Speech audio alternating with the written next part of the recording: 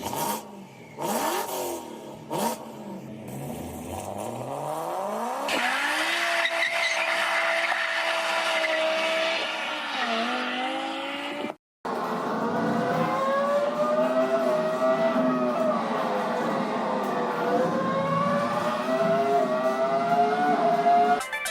welcome to the Hlspwns YouTube channel. You find me not in my usual place at home, but around my mate's house, who has built a sim rig that you have to see. This takes your sim experience to a whole new level. I use a Logitech G27 and a wheel stand pro and a pretty cheap Costco chair to race on. This rig gives me the chance to experience the higher end of sim racing. Now, just to briefly give you a quick overview of the equipment before we go into racing. The PC at the back is very custom PC. It's a Kaby Lake i7 overclocked to 5 GHz. It's a pre-binned chip. Obviously the machine is water cooled. We have a Seahawk RTX 2080 Ti that has the EK water block, also water cooled, 16 gig of RAM, and at the 5 GHz it really gives the sim game a good chance to run. On the rig itself we have a Sparco racing seat, we have a Simucube OSW direct drive wheel, we've got the Fanatec shifter, we've got some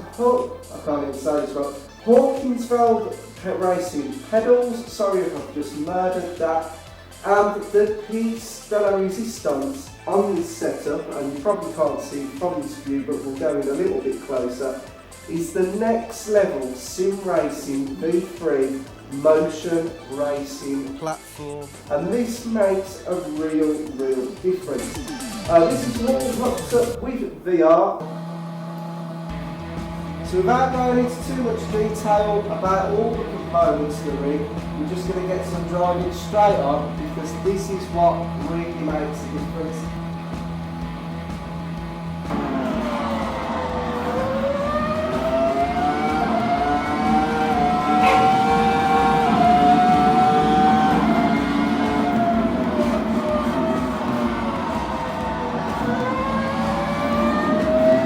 When my mate said he was building a motion sim rig, he showed me the Next Level Racing Motion Platform V3.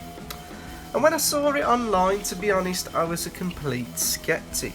And it took me back to the early arcade racing machines that they had at Drayton Manor.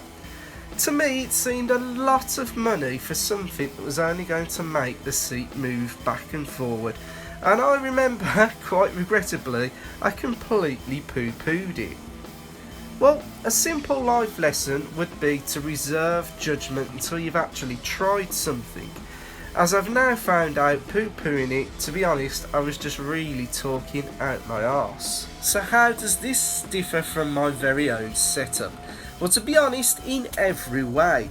The direct drive wheel is a lot more intense. The feedback, the road noise, the information gleaned from the wheel is so much more. Then there is the physicality and forces of the direct drive wheel, which are so much stronger than my own Logitech wheel. The brake pedal with its load cell is a lot stiffer, and you really have to push a lot harder on the pedal. And as you're racing round track, you can often find that you're not braking hard enough. But by far the biggest difference, and the thing that makes the biggest impact, is the feeling of motion and speed. As soon as you pull away, the seat tilts back. But the Next Level Racing software compensates for this, and you don't actually see the motion in the VR headset. So it really feels as though the car has moved forward.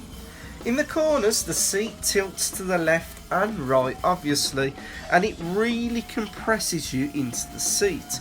And when you brake, you are tilted forwards towards the steering wheel, and it does feel like you are being compressed against the wheel, but it's what gives you the feeling of deacceleration. So while in VR all this translates into G-forces that are not actually there, And it's really mad that the brain fills the gaps and you have the actual acceleration, braking and corner forces within the VR headset. I found the first initial experience on this rig to be actually quite overwhelming, but after a few laps you self-calibrate and you learn to use all of the information that's been thrown at you.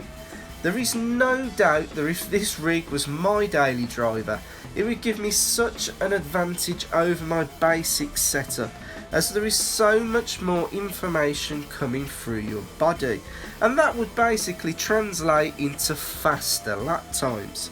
And talking of your body, this type of setup is a hell of a lot more physical than my setup, and you would definitely know if you'd done a few hours in this. So while recording this video, it turned into a mini hot lap competition, and switching between drivers is very easy as no further setup to the seat is required, but you do have to make sure that the VR is in the correct position to the driver and the car.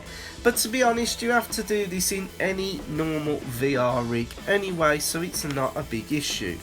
The one thing that I did notice that is very important to mention is the position of the actual seat itself. On my first go on this rig, I went out at Brands Hatch Grand Prix in the Ferrari F1 car, and I recorded a fastest time of 1 minute 7 seconds on the lap. But returning to my friends a few days later, and when we were recording this video, I could only get a 1 minute 13 seconds. Now something at the time did not seem right, and I kept complaining about this, and what I actually found is that after repositioning the seat, I found that I was sat too far back and I was not feeling the forces correctly. And it certainly seems important that with the Next Level Racing Motion Platform V3, that the seat, you have to have the seat set up so that you do feel like you are being compressed towards the wheel, and when you go back you are being pressed back against the seat to really get the feeling of the forces. If you sit too far back, as I've found out, it lessens those forces. Now to be honest, everything can be dialed up or down, and I think we were running it on the very default settings, which were slightly aggressive, but all this can be configured to your very own taste. It really is hard to convey just from a video just how good the Next Level Racing Motion V3 platform is. It brings you an experience that even if you've got a direct drive wheel, even if you've got brilliant pedals and VR, you can't get that level of immersion and feeling of motion and speed and G-forces from that kind of setup. And the fact that it's in your home is another thing as well. Now I know it's not cheap, I know everybody else is not going to be able to afford it, but if you can have something like this in your life, I really say you should do so. Now this video has been brief in some of the explanations and coverings, and if you do have any further questions, please comment below. Thank you for watching, and I will see you very soon in the next video.